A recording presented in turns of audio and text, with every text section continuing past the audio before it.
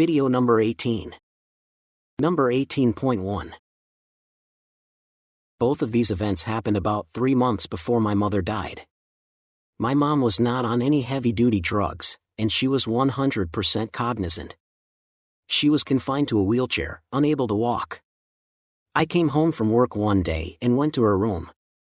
She asked me if her mama was in the kitchen. Her mom had passed away about 60 years earlier. I very gently asked if she remembered that. My mom looked at me and said she remembered, but her mama had been there earlier to visit with her. Another time we were watching TV together. She looked towards the doorway, smiled and greeted her brother who had passed away decades earlier, Tony. She was smiling and nodding at the doorway. She was looking away from the TV. It's not like she saw someone on TV that resembled her brother. This lasted for about a minute.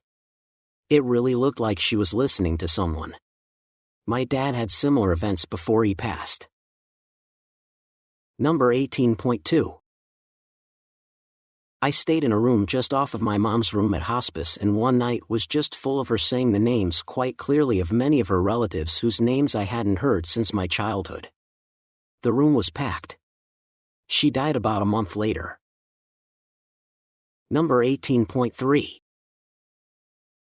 I had my mom in a hospice with me as caregiver. Her health deteriorated beyond my care. She said one day out of the blue that her late dad and brother are coming down from the mountain and that it wouldn't be long. That week she died, and I've felt lost ever since.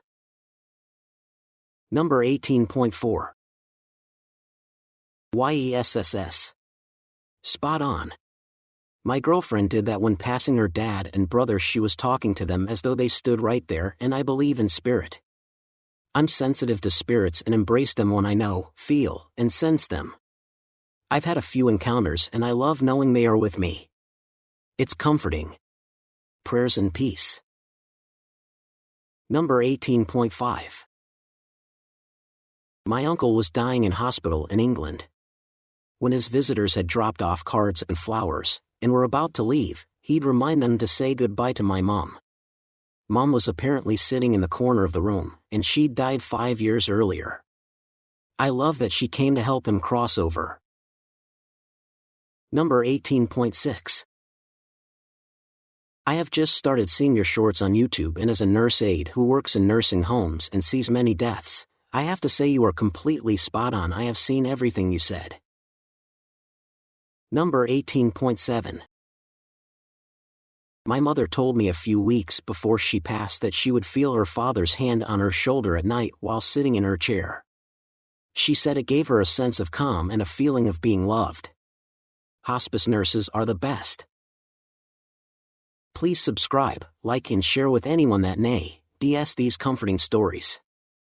Search for my related book on Amazon using the title of 4,000 Deathbed Vision Stories.